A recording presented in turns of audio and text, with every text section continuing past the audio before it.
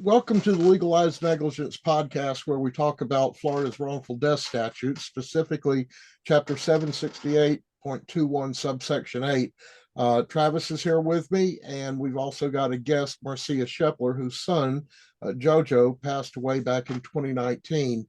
He had intellectual disabilities, and the hospital refused to admit him to take care of him while he was having some respiratory problems.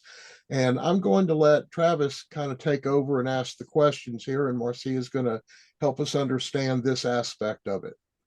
Okay, Marcia, I know we've spoken previously, but would you for the people in the audience, would you please explain what happened to JoJo and the laws that are affecting people with IDD and what can be done to make things better for that community? Sure.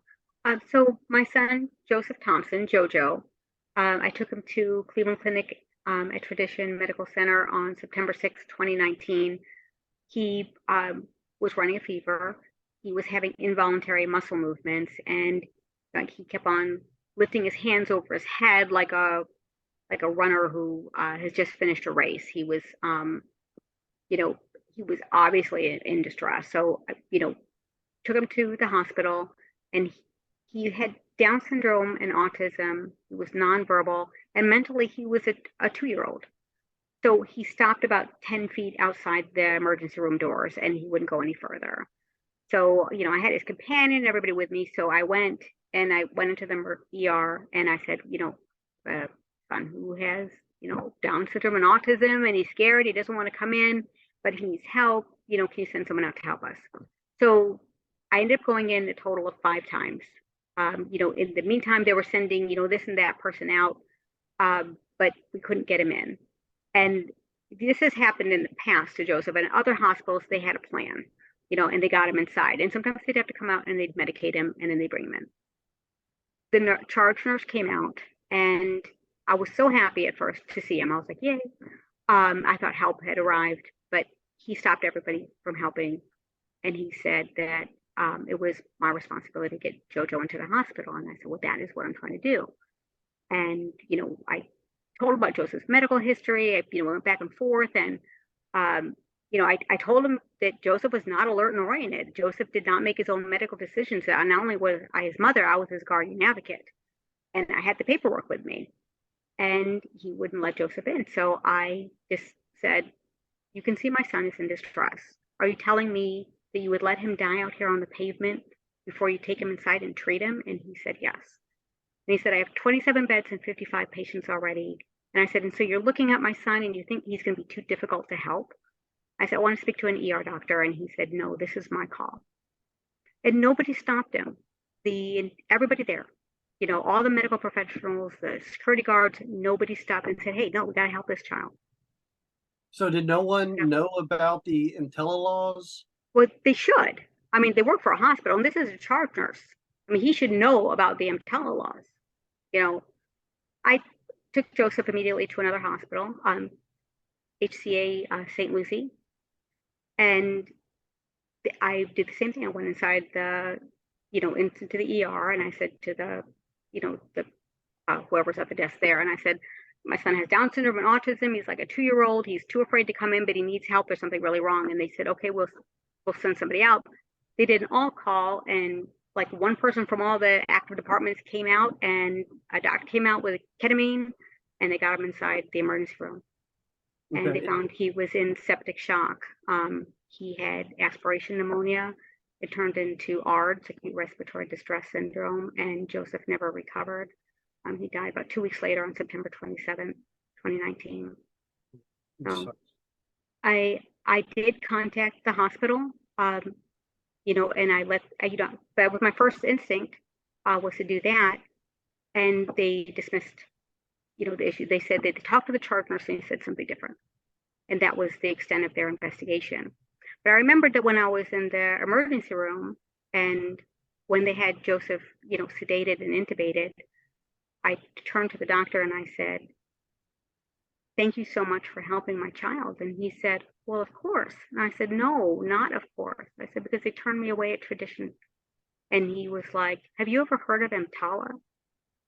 So I ended up contacting the Center for Medicare and Medicaid Services, CMS, and I made an EMTALA complaint, and they came out and they did an investigation. They obtained, videos from the hospital too, from, that showed what happened on the parking lot. And they found against the hospital. The hospital was sanctioned with 4 violations, the greatest one being imminent jeopardy, meaning that due to the negligent, lack of care for Joseph, it can, cause, harm or death. In this case, it resulted in JoJo passing away. Explain EMTALA for those who don't know it. So EMTALA, it's like Emergency Medical Treatment Act, Children and Labor Act. It requires that any operating ER treat anybody who is 250 yards away from the ER doors. So that's why, like, somebody can drop somebody in the parking lot who's overdosed and they'll run out with Narcan. Or if there's a laboring, mother in a car or something, they can run out and they can help her. If you were in a gas station across the street, if it was in 250 yards away and it was brought to the attention of the ER, they're supposed to log them in as a patient, even if they're not in the hospital, because they're within the required distance, and treat that patient. Stabilize if they can't, if their house is or the hospital is overwhelmed, we're supposed to at least stabilize them and transfer them to another facility that has room. Is that a And they didn't do any of federal or those state things. law? It is both It's both federal and a state law. Yes. Yeah. So this was CMS. CMS is the federal, organization. They referred it to ACA, and so it's under CMS and ACA, which is the state, our state, organization for healthcare. Okay. So with Joseph, I was his legal guardian advocate, and under the guardian advocacy laws, Joseph was adjudicated by a Florida judge to be unable to enter contracts, so to marry, and unable to engage in complex relationships, which would be, having children of it, So the 768.218, the Wrongful Death Act, it requires that if you are over 25, apparently for your life to have any meaning at all, that you have to have children or you have to be married. But Joseph was adjudicated at the age of 18 to be unable to do either one of those things. So he never had a chance to be compliant with this law in order to be protected. And people with intellectual and developmental disabilities are really, truly the most vulnerable adults anywhere. Joseph had no voice to speak for himself. He couldn't say, I feel sick, I feel hurt. He had me there begging for help. But his life to this charge nurse, and apparently to the other medical professionals there, it was not enough for them to want to help him. The charge nurse, with his, already have too many patients, I don't want to take your son on too, dismissed him as a human being. So I want to say something. I want to pause for a minute because I think people need to really grasp this concept. The state adjudicated him to be unable to enter contracts, to marry, to do anything that an adult would do that didn't have an intellectual disability. So the state put its seal on him, saying he can never do these things.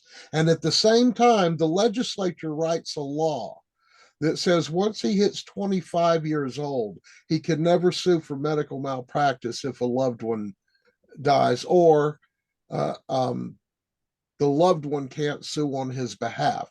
So look at it like, I believe you told us that he was determined to be about intellectually around 2 years old. yes. So if he truly was 2 years old, let's say physically he was 2 years old, you could have sued. Right. So the But state they don't go by. Yeah, the state puts him in one box, and then they create another box over here and say, and there's nothing you can do about it. It's insane that for 33 years, no one in the Florida legislature has recognized how those two laws conflict. That just blows me away.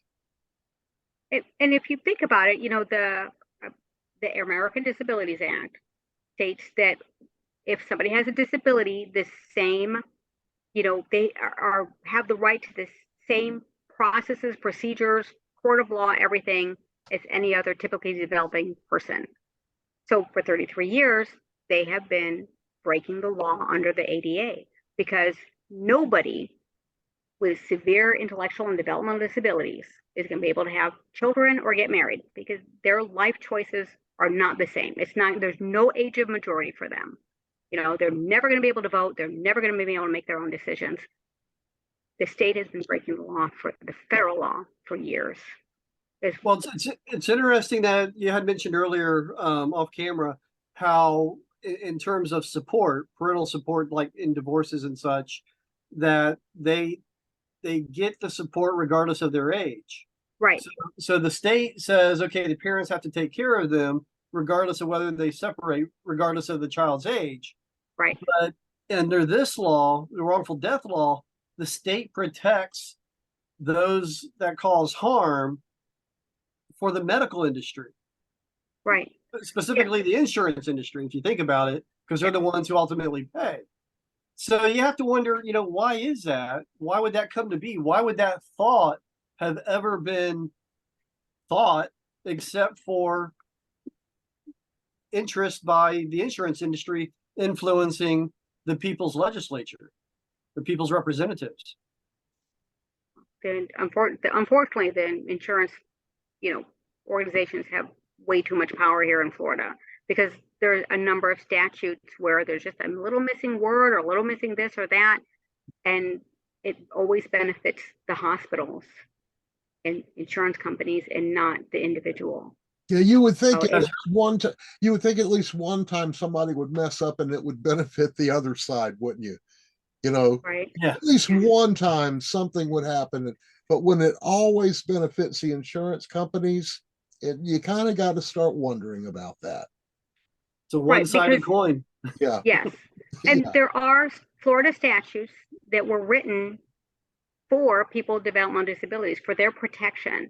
And both of them have negligent clauses, but they are obscure or they are missing the word hospital.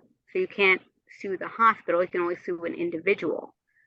So everything always gets shunted under a 766, the Wrongful Death Act, even when these statutes were created for the very purpose of preventing the neglect of people with intellectual and developmental disabilities like JoJo.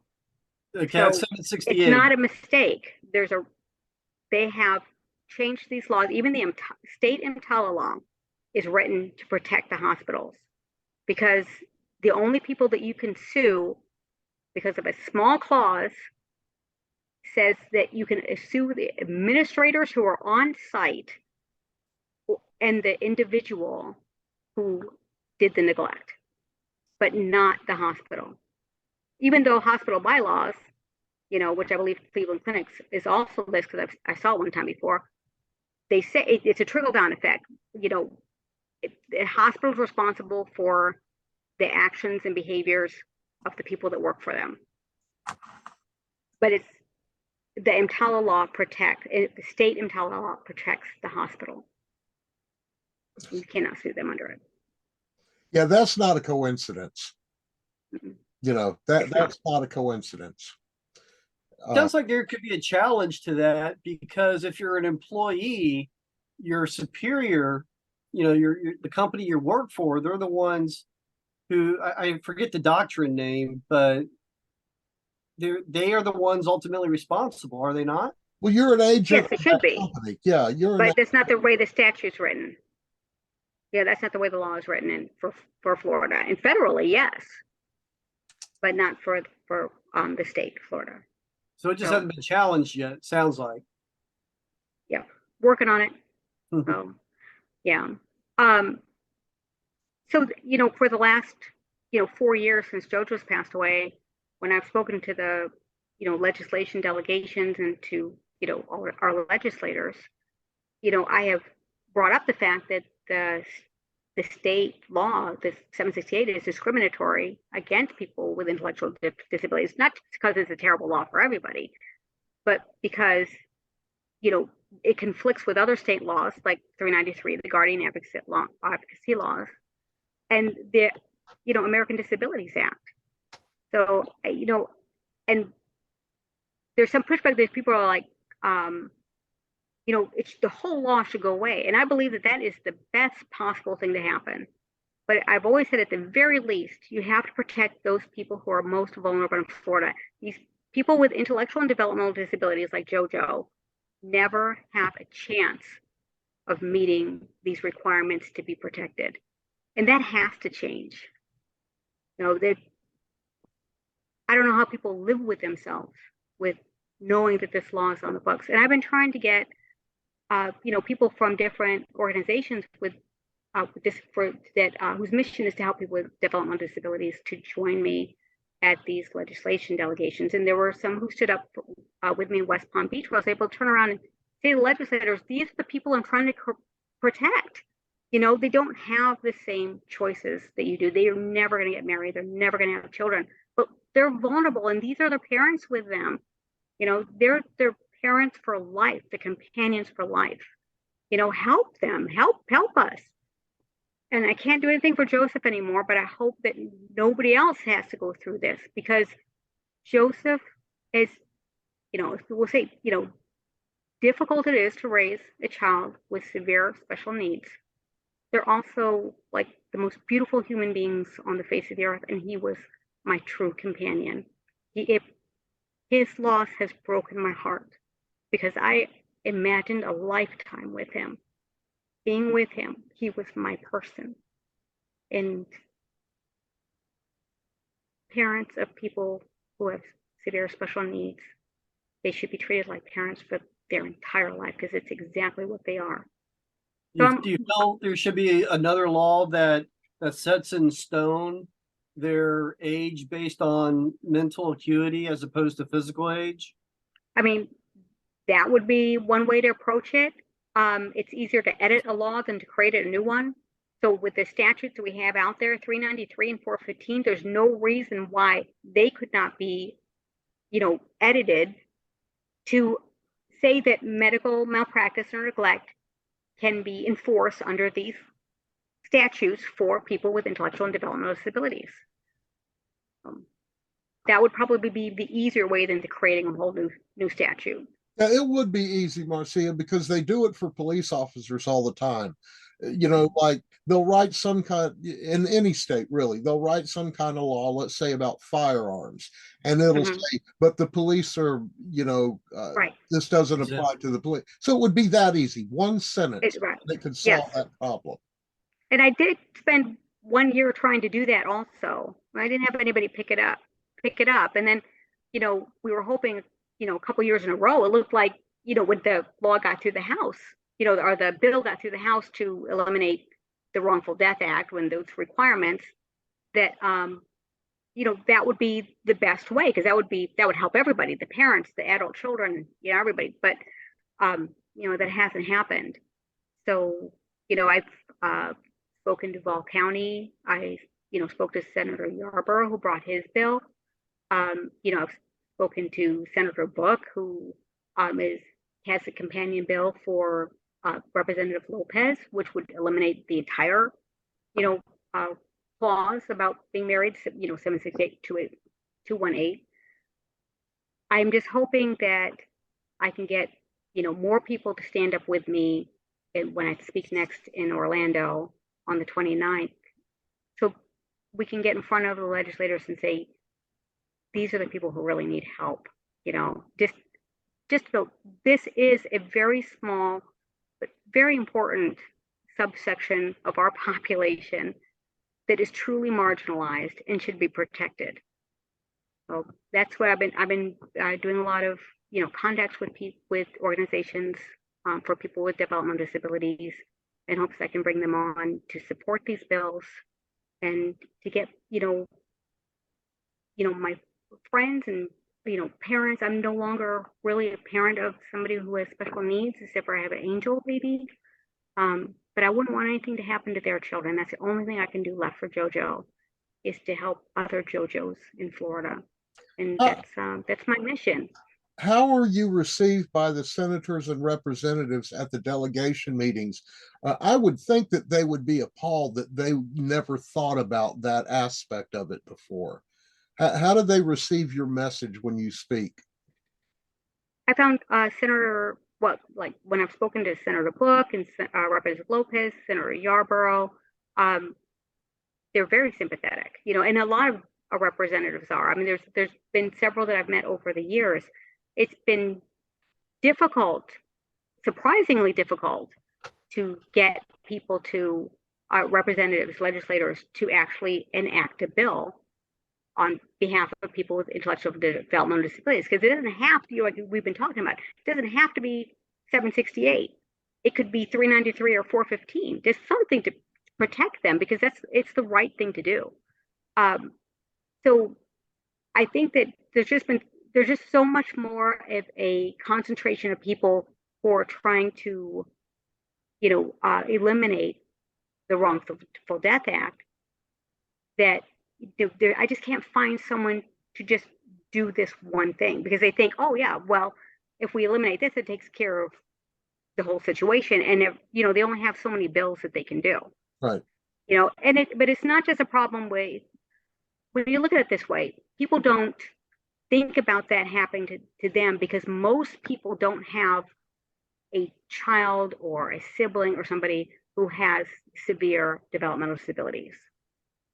So it's not something that's in the forefront. They want maybe to bring the bills that they feel will affect the most people, rather than this small subsection. But, knowing that, as our children, special needs children, age out of being, babies and small children, they become less cute with their, with their issues. Joseph at 29 needed, help with toileting. He needed, help, getting his food cut up or dressing himself when, he could behave badly. And if, a 2-year-old, in a 2-year-old body behaves badly, that's annoying. But if a 29, year old with a 2-year-old mind behaves badly, it's a crisis. And it's, very hard for people to step up, very hard for doctors, honestly, to step up, because it took me a long time to find a good doctor for Joseph in Florida. And I finally got a concierge doctor who was wonderful with Joseph. And he was actually one of the pallbearers at Joseph's funeral. But, you take him to a place where, like, tradition, where nobody knew him. And I think it really was very much I don't have time for this, and maybe a little bit of fear. We don't want to try to help this person. So, parents with, children who have special needs, they have to realize their child will eventually age out of being protected by the state. Something needs to be done to correct this, because this is a situation that it's against God. I don't understand how people can keep on going year after year without getting this changed. Help me understand what you meant when you just said that at some point they will age out from being protected by the state. What does that mean? Once they're not pediatric patients anymore, Right. Finding good health care is very difficult if you have a child with intellectual and developmental disabilities, with severe ones.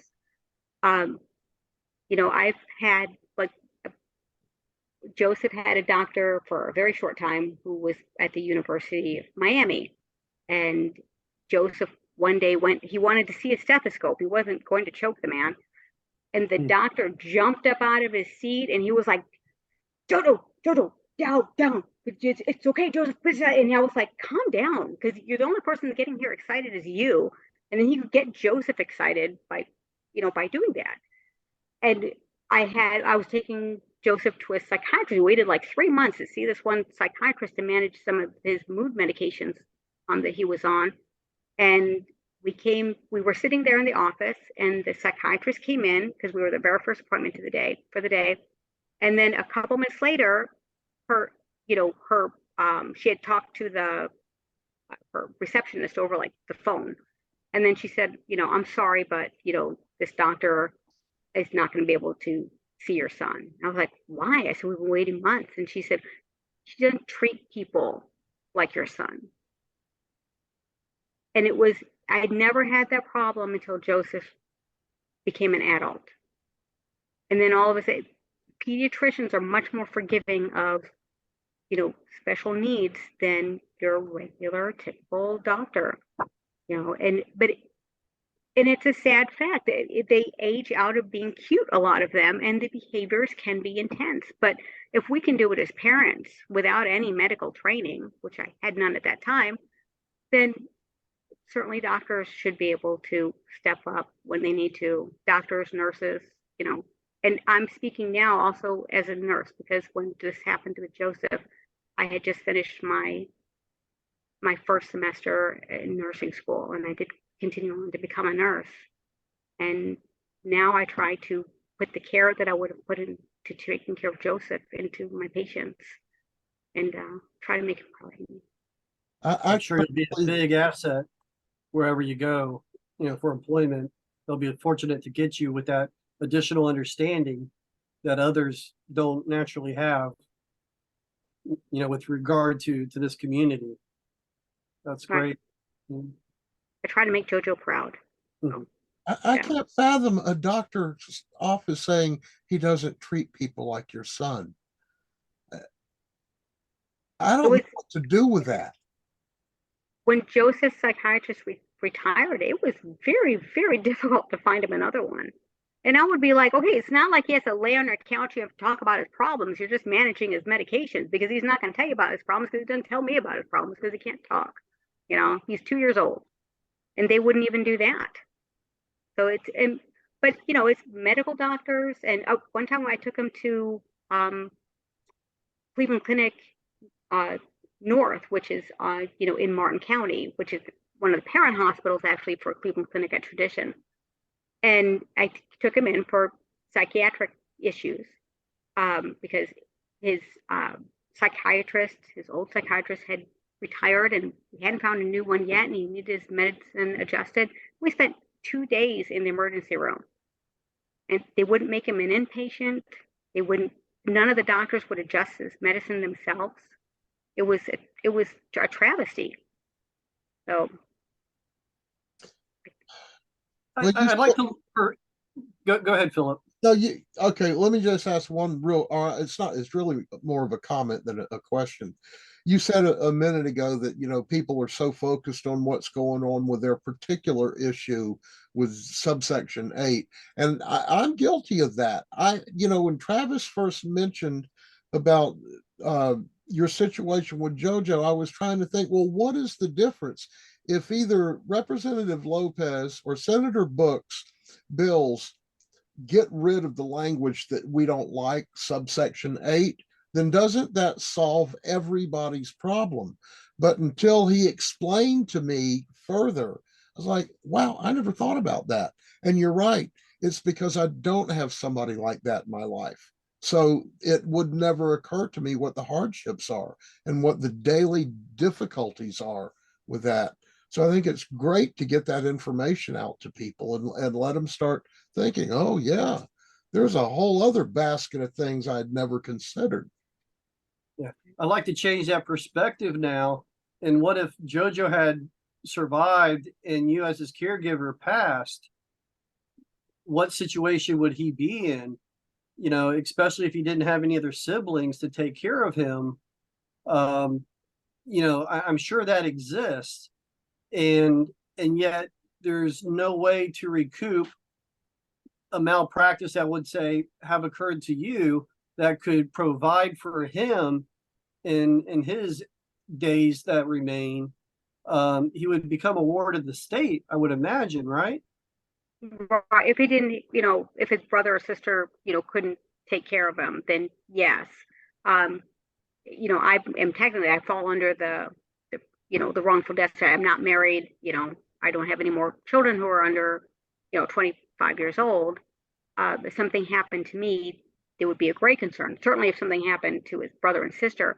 But for those people who, maybe they don't have siblings or a husband or somebody who would take care of their child, in the event of their untimely passing, it would be a great concern because it's quite a great expense to raise any child, but one who has special needs, then it becomes a crisis, Yes, and that's just all more reason that this needs to go away.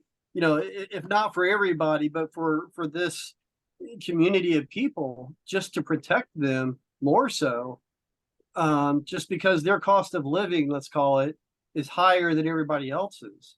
yes, it In very terms much of can be. ongoing care. Yes, medical supplies and things like that. You're like with Joseph's case, you might be buying diapers for the rest of their lives. It's not like, oh, after 2 years, I never have to buy another diaper again. No, that's not true. Mhm. There's all kinds of expenses. Joseph was very mobile and stuff like that, but there are children who need wheelchairs and feeding tubes and things like that. And they need skilled nursing. I mean, for a long time, I paid for a nurse for JoJo out of my own pocket, and that's an expense I imagine that I was not alone in doing. So yes, the whole law should go away, and that would be the best thing to happen. One of the reasons I've concentrated on adult children and at least getting that portion, or at least the law change for people with intellectual and developmental disabilities, is because a lot of our children with special needs are already in fragile health, but they need the medical community to step up, no matter how difficult they are, no matter how little time they feel like they have. These people need to be taken care of. They are truly the most vulnerable people in Florida, or really anywhere, because they can't not defend themselves at all. Marcia, I wonder if we I just, wonder if DOH has like a continuing ed class to deal with, adult children that are having a fit outside, or even inside. I don't know what sort of training they have, formal training to deal with this. It just seems like the community, the medical community, is just will try to deal with it as opposed to having any proper training. Do you know if there is anything like that? Well, I know that there's like videos sometimes that hospitals will have you watch. There's CPI training, that's what they called it at one of my hospitals, where you learn to hold somebody without hurting them. But what they also need to have, which like Cleveland Clinic didn't have and HCA St. Lucie did, was a protocol in place if something happens. Like the hospital that eventually took care of Joseph, they had an all-call. They had people selected to come down. The doctor was ready with ketamine. At Cleveland Clinic at Tradition, they acted like they had not only no idea about what EMTALA was, which is federal and state law, but they had absolutely no plan in place to take care of Joseph. So it was better, it was easier for that nurse to say, well, we're just not going to take care of him at all. And they should have a plan, because not everybody is the same. Everybody's an individual, and our population of people with developmental disabilities, deserve as good or better care than anybody else. Did a complaint to DOH for that the nurse that came out, did that result in anything if it was filed? It was filed, and no, it resulted in nothing, which was very strange considering the fact that they had the investigation from EMTALA and the video evidence, and they still just, I mean, it was elevated by the first investigator to a probable cause panel. And then I just got a letter that said this has been dismissed. And I actually contacted the person whose name was on the letter, and I said, what other information do you need? I mean, we do have videos, we have of course depositions and things like that. Whatever I can send you. And it was like, okay, we're not going to reopen this. And there was never any explanation that in spite of all the evidence, like I said, even video evidence, that they just dismissed it. There was never an explanation given. Are you within 60 days of receiving that letter? No. No, not anymore. I was within 60 days when I tried to reopen it and everything, but did they tell you didn't that happen. you have, when they sent that letter to you, did they inform you that you had 60 days to appeal it? Yes. which is what I tried to do when I was offering them additional information, everything. They would not reopen it. Okay, they don't clearly come out and state in that letter, but the statute that they give allows you to request the expert witness, if there was any, their report. But beyond didn't know 60 that. days, they don't make it obvious. They don't No. help you at all at the DOH. No. It's a shame, which is all the reason why Senator Yarborough's bill 442, is that his bill? No, 240. No, so 248. 248 really needs to be not the one to pass. 442 needs to pass because he just throws us all back into the administrative process of the Department of Health. And JoJo's case is an obvious proof that DOH doesn't care what this nurse did in turning away a patient that obviously needed the help. Yet another hospital, another nurse said, bring him on in, Right. But the thing is, what I found with Senator Yarborough, I found him very open to accepting ideas about revisions.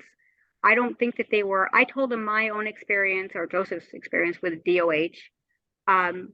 And he had heard that, and they started their own investigation. And something was shared with me is that they had been even having trouble getting, DH do it, the Department of Health, to respond to them.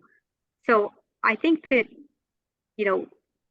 because Senator Yarborough is the one who will initially be allowed to let bills be heard in the Senate, I think it's very important to people to call him up and very respectfully ask them for revisions and share their stories about why the Department of Health is not a good entity to have as a probable cause, organization. I asked him specifically to add the Center for Medicare and Medicaid Services, and I realized that they will not have any control over their investigation, because they're not just a state entity. But why does that need to be controlled in the first place? Because they do the investigation. They were right out there, and then they communicated the information to ACA. But I'm not sure if they do that for every investigation. They certainly did for the EMTALA ones. But many seniors, of course, are receiving Medicare, and that particular organization, I think, is actually very good at getting out there and finding if somebody's doing negligence or fraud, because they don't have any problems with finding hospitals. They're not part of the good old boys system in Florida. They don't care if the Florida hospitals are happy, because the Florida hospitals are under their thumb, because they are mostly Medicaid, have Medicaid payers in there.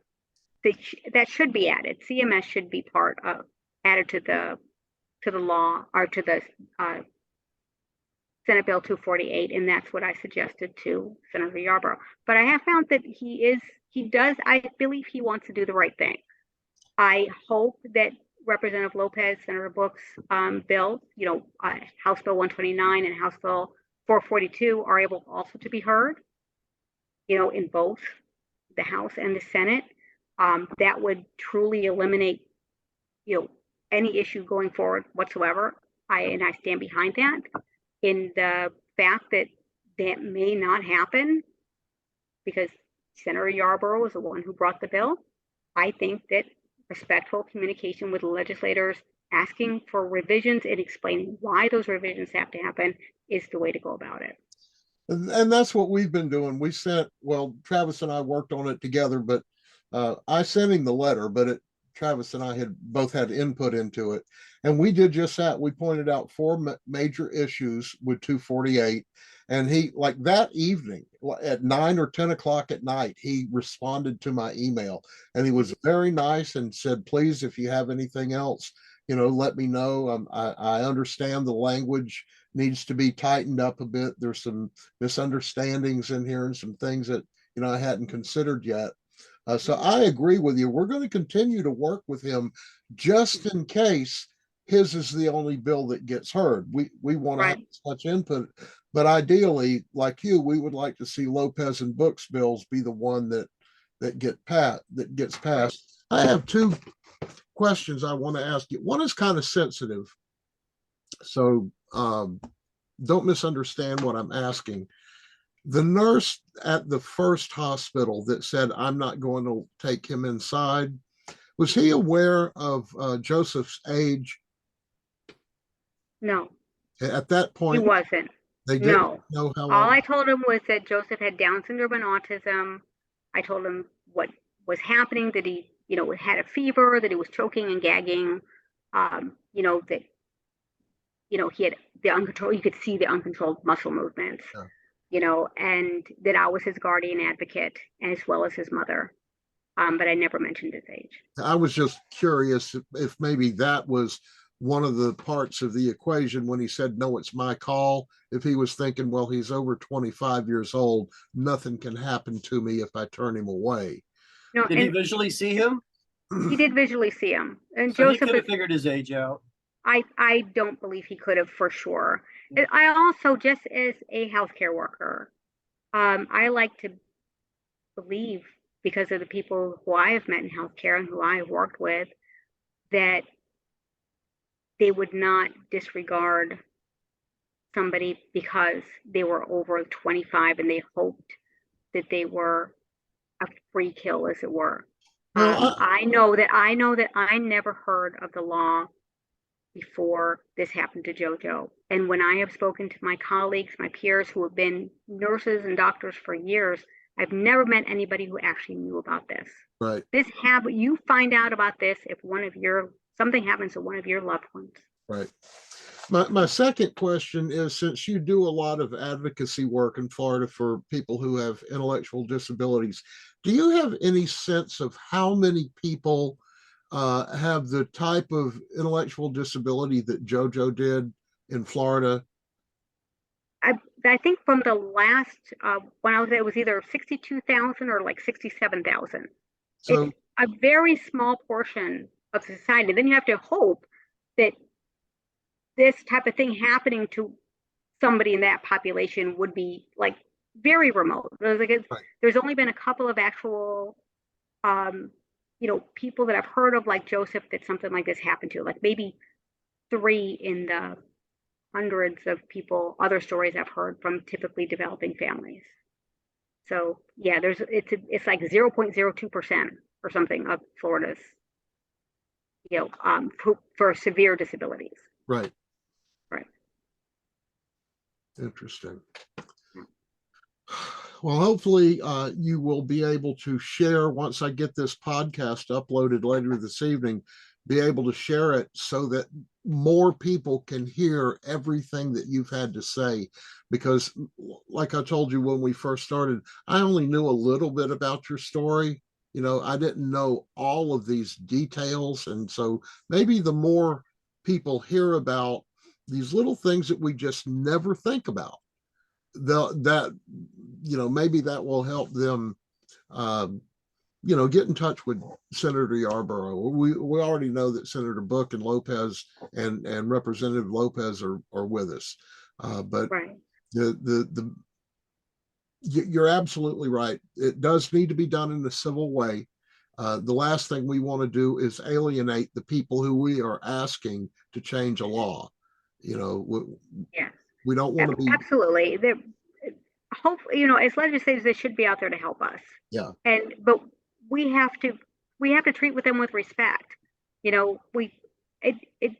There's a lot of call them up and tell them to do this, tell them that you can't do that. You have to say, okay, this is the reason why I have a concern about your bill, because why would they listen to somebody who is screaming at them? It's not the loudest voice. It's really the most reasonable voice. You're and right. Back it up with facts, and don't tell them to change something without suggesting a reasonable change You're based on absolutely fact. right. Yeah, and that's what we discussed last week when we did our last podcast. It's all about persuasion. Who can persuade them the best? And so far, it's been the lobbyists have been able to persuade them, but then people like the three of us have come along now, and we're starting to get it. We're showing them the other side of the story that they hadn't heard before. Right. It still just really blows me away that nobody in the state legislature has thought this through about how it affects people with intellectual disabilities. Unintended consequences. Yeah, I just Yep. can't get over that as smart as these people are supposed to be, that nobody in 33 years stood up and said, hey, wait a minute, you know, there's what about these people? Are they protected? Right. And I think the reason why I picked up on it is when it came to doing Joseph's guardian advocacy paperwork, you know, to do it, it costs like thousands of dollars. Attorneys charge you thousands of dollars. And so I was sitting across from an attorney. I said, how much are you going to charge me? I said, it's a piece of paper, right? And he was like, well, you can always do it yourself if you don't want to pay. And I was like, okay. So I went to the courthouse and I did some research and I did, and it cost me $250. But I knew then what was involved and what was on the guardian advocacy. I could put the two together. And I remember when I was at home, it was, I had been talking to my attorney, and this bigwig attorney who had initially signed on had said, oh, no, there's no money in this. I can't help you. And I was vacuuming. I was thinking, what would I say if I was trying to convince somebody to take this on? What would I say? And I was like, wait a minute. And it hit me. Joseph was adjudicated to be unable to do this in the first place. So how could he possibly be held to this after the fact? Then I was floored, and I shared it with my church. It was, oh my gosh, but it was because I did my own paperwork. And the thing is that if you don't know the law, if you haven't done that, then you don't know. I just happened to be the person who did their own legal paperwork. So it put me in an unfortunately unique situation. Now, They have to know let me that. clear You have up to put it together. Let me clear up one other thing that y'all said earlier, because I want this point to stick with people when they watch this podcast. Let's say that you were married at the time that Joseph died. No. Let's say that you divorced. I'm trying to get the argument right in my head. And let's say that your ex-husband would have been required to pay child support for the entirety of JoJo's life. Is that correct? Yes. Am I understanding that right? So Yes. on one hand, the state recognizes that somebody like JoJo is going to need assistance forever. Right. But when it comes to medical malpractice, they're willing to cut that off at 25 years of age. Yes. Yes. But there are other benefits that last for their entire life. Like I could get insurance for Joseph past the age of 26 or something like that as his parent.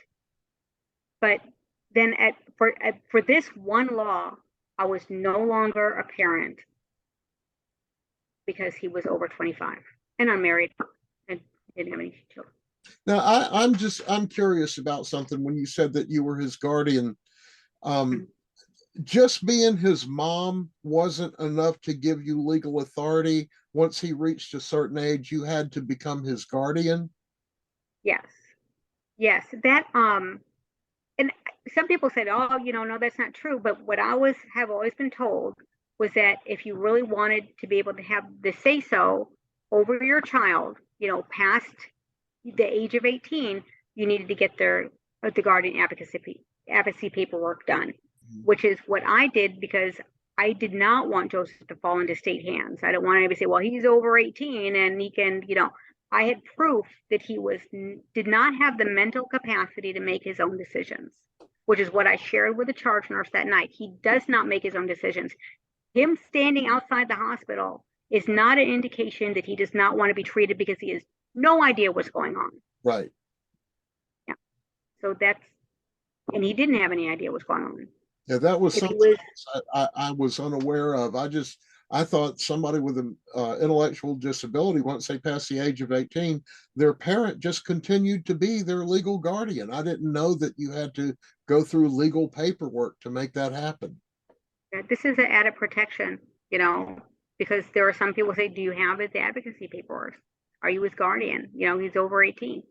What if Joseph had been verbal, but not, able to make good decisions? Right. Then he could have said, maybe then he would have said, oh, I don't want to go in the hospital. And they could have said, okay. In this case, I was able to say, look, he is mentally incompetent to make his decisions. It says right here on this paper, cannot make medical decisions for himself. So It shouldn't have been ignored. I had that extra protection. He should have been protected under 393. You know, he was on the med waiver. He met every criteria to be protected under Florida Statute 393, except for they have it written in such a way that you cannot bring lawsuits against the hospital. Did the hospital have the ability to take other patients?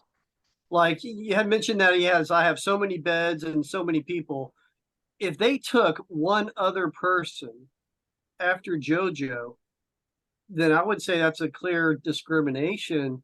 It absolutely is. And people walked in the hospital while we were out there, and people continue to walk in after we left. That's one of the things we're waiting for is their hospital logs, because they didn't turn anybody else away. This was before COVID. It wasn't like they could say, we're full, we can't take anybody else. You know, that charge nurse and the medical professionals with them made a conscious decision not to treat Joseph. Right. Based on the way he looks, based on the fact that he was going to be a difficult patient. They made a conscious decision. It wasn't even, I made a medical error. This was a conscious decision. That Charles actually said he would let him die first. And there was nothing I could do to punish him. I wonder if the police were called, he touched a police officer, they threw handcuffs on him, took him to the hospital because he needed care, if they would have taken him then.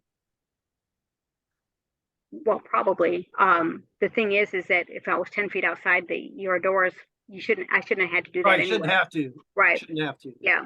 That would have been traumatic, probably wouldn't have helped his, medical situation either. This is something that me and Travis do all the time. We bat ideas back and forth trying to figure out, exactly where is the pinpoint that we're looking for, to be able to make an argument on something. Well, just as a JoJo story, Travis, that actually has happened before. So when Joseph was alive, he was in the police car a couple of times, went to the hospital. Yeah. It's not easy to take care of somebody with intellectual disabilities, especially once they get older and they can get aggressive. Joseph could. There's good times and bad times with, every child, with, people who are typically developing children, you can reason them out of it. You can talk about consequences and things like that. With somebody who has no ability to speak and to make their mind known and is frustrated about something, it may come out as aggression. Joseph never meant it. He loved us. We loved him desperately, but he didn't communicate well. And that's the reality of the situation.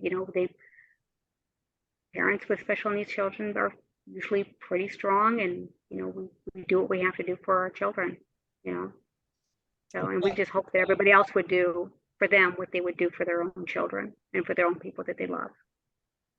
Well, I can definitely tell JoJo was loved with all the effort. Yeah, there's no doubt about that. Travis, do you have any other questions? No, I'm good. I have my answers. Marcia, if you want to leave everybody with a particular thought or two, do you have anything else you'd like to say before we close the podcast? Well, first, I appreciate you inviting me on your podcast so I can discuss this in detail, because I get so little time, in front of the legislation delegations. You can really only discuss just the minute part of it, but also to the population out there whose children or brothers or sisters or parents, well, maybe not parents, but brothers and sisters and children who have special needs, severe developmental disabilities. I hope that you will join me at the legislation delegations, or calling at least the legislators and letting them know how this law is discriminatory against people with developmental disabilities and how they need to be protected. So I'm just asking for people to join me, support the effort, become involved in the effort. That's what we need. Well, this year, I think there might be some change. There's a lot of bills out there. I'm hoping one of them passes. Well, we appreciate you coming on here. You've opened my eyes to a lot of things that I was unaware of. And like I say, it'll take a couple hours for all this to upload to YouTube, but I'll post it in the Facebook group after it's up there. And anybody that you think needs to hear what you've had to say today, please share it with them. You can share it right from just get the YouTube link and share it wherever you need to, because people need to hear this. People need to understand that when this law was passed in 1990, it was not well thought out, and every legislature since then has not thought this thing through all the way. We're here 33 years later, and there's still no protections for people like Joseph. Right. And I will be posting it on, when that uploaded, I'll post it on JoJo's Law, Justice for JoJo on Facebook. And I will be sharing it with members of this is members of people, with people who have developmental disabilities. So I'm going to be sharing it as much as I can. Fantastic. Thank you. Marcy, I'm going to stop the recording, or Marcia, I'm going to stop the recording, but hold on for a minute before you log off, okay? Thank Absolutely. you, everyone. I'm going to do Thank our usual disclaimer. Nobody here is an attorney. We do have a real nurse, but nobody here is an attorney. So don't take anything that we say as legal advice. Go out and do your own research and see if you come up with the same answers that we do. Y'all have a great day. Like and subscribe. Oh yeah, like and subscribe. And as soon as I can find my cursor, subscribe. there we go.